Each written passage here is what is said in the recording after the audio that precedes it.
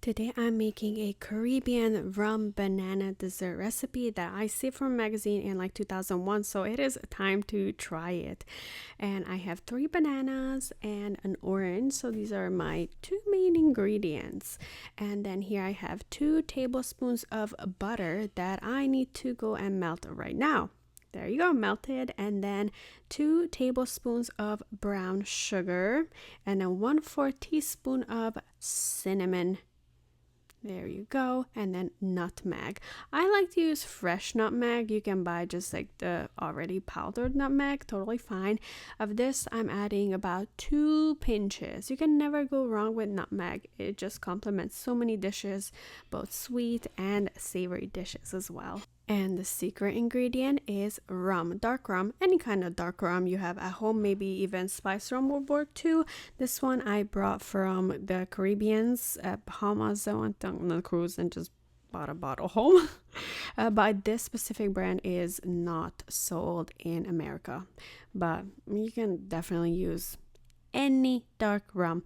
I have this awesome tool from IKEA that I got at least a decade ago, and it's like a peeler, like a skin peeler. It has little holes which are like kind of like knives, and it peels off the skin. Orange, lemon, lime, and also really pretty for drinks. And then also gonna squeeze in that orange juice in my liquid areas, and then that's pretty much done. This is gonna be like my marinade sauce.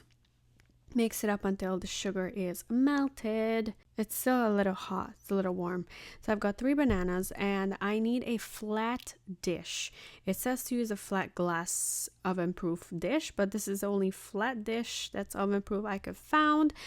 But it's okay, it's perfect. It's single serving, so it's just gonna work out in my favor. And for the bananas, I need to slice them in equal parts, and once that is done, I'm gonna layer them next to each other. But I felt like there was just too much space in between them, so I actually did 2 layers of the banana, and I'm preheating my oven to 400, and I'm gonna bake this for 10-15 minutes until it's all golden brown, and it's gonna be soft too. And then I'm gonna top it with some ice cream, but I think you can also top it with yogurt, but you can totally skip the topping and just eat it by itself. When it's baked, it is just as good without ice cream or yogurt.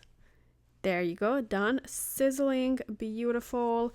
And the orange skin got crispy on the outside that was exposed. So it was a really nice little crispy touch. I put on some vanilla ice cream and it was so delicious. Very soft. It's a very light but satisfying dessert. So it's not gonna make you feel like, oh, I just ate too much. So this is like a perfect little light snack. Don't ask me about the calories, but it's a light snack and it will not make you feel guilty.